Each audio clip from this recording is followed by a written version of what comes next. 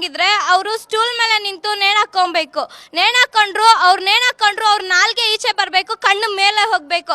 ಹಂಗಿದ್ರೆ ಅದು ಸೂಸೈಡ್ ಅಂತ, ಇಲ್ಲ ಅಂದ್ರೆ ಅದು ಕೊಲೆ ಅಂತ. ಎಲ್ಲರೂ ಅದನ್ನ ಅರ್ಥ ಮಾಡ್ಕೊಳ್ಳಿ, ದಯವಿಟ್ಟು ಅವ್ರಿಗೆ ನ್ಯಾಯ ಕೊಡಿಸಿ. ಇವ್ರು ಬಾಮಾಯ್ದ ಆಗಿರೋ ಅಂದ್ರೆ ಇವ್ರೇನ್ ಮಾಡ್ತಿದ್ರೆ ಅಲ್ಲ.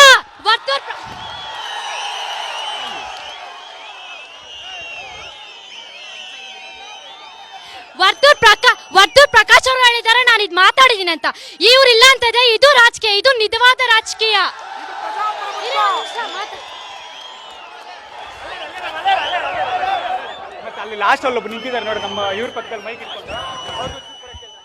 ಎಲ್ಲರಿಗೂ ನಾನು ಹೃದಯಪೂರ್ವಕ ವಂದನೆಗಳನ್ನ ತಿಳಿಸ್ತೀನಿ.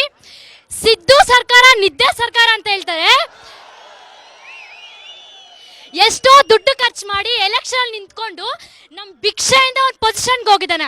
ನಮಗೋಸ್ಕರ ಕೆಲಸ ಮಾಡ್ಬೇಕಾಗಿರೋ ಅವನು ನಮ್ಗೆ ಎದುರು ನಿಂತ್ಕೊಂತಾನ. ಅವನ್ ಜುಟ್ಕ ನಮ್ ಕೈಯಲ್ಲಿದೆ. ನಾವ್ ಹೇಳ್ದಂಗ್ ಬದುಕ್ಬೇಕು. ಅವನು ನಮಗೋಸ್ಕರ ಬದುಕ್ಬೇಕು. ಅವನು ಅಧಿಕಾರ ಪಡ್ಕೊಂಡು ಅಸೆಂಬ್ಲಿ ನಿದ್ದೆ ಮಾಡೋ ಬದಲು ಮನೇಲಿ ಹೋಗಿ ನಿದ್ದೆ ಮಾಡ್ಬೋದಲ್ವಾ? ನಿದ್ದೆ ಮಾಡಕ್ಕೋಸ್ಕರ ಅಧಿಕಾರ ಪಡ್ಕೊಂಡಿದ್ದಾರೆ ಅವರು. ಎಂತ ಚಿಕ್ಕ ಮಗು ಆದ್ರೂ ಹೇಳ್ತಾರೆ ಅದು ಸೂಸೈಡ್ ಅಲ್ಲ ಮರ್ಡರ್ ಅಂತ. ಅಂತದ್ರಲ್ಲಿ ಇವ್ರು ಯಾಕೆ ನಮ್ಗೆ ಸೂಸೈಡ್ ಅಂತ ಹೇಳ್ತಾ ಇದಾರೆ? ಸೂಸೈಡ್ ಯಾರು ಮಾಡಿದಾರೆ ಅಂತ ಗೊತ್ತಿದ್ರು ಸರ್ಕಾರ ಯಾಕೆ ಅವ್ರಿಗೆ ಮುಚ್ಚಿಟ್ಟು ರಕ್ಷಣೆ ಕೊಡ್ತಾ ಇದೆ?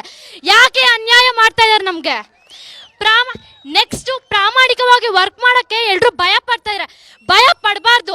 ಅವ್ರೇನ್ ಭಯ ಪಡಕ್ ಬಂದ್ರೆ ಡಿ.ಕೆ. ರವಿ ಅವ್ರಿಗೆ ನ್ಯಾಯವಾಗಿ ವರ್ಕ್ ಮಾಡ್ರೆ ಅವ್ರಿಗೆ ನೀವು ಅವ್ರನ್ನ ಸಾಯಿಸಾಗ ಎಷ್ಟು ಜನ ರಚ್ಚಿಗೆದ್ದಿದ್ದಾರೆ.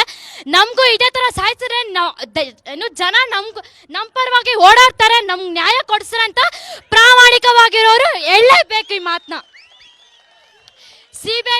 ಸಿಬಿಐ ತನಿಖೆ ಕೊಟ್ಟು ಅವರು ಸಾಕ್ಷಿಗಳು ಸಿಕ್ಕಿಲ್ಲ ಅಂತ ಕೈ ತೊಳ್ಕೋಬಾರ್ದು.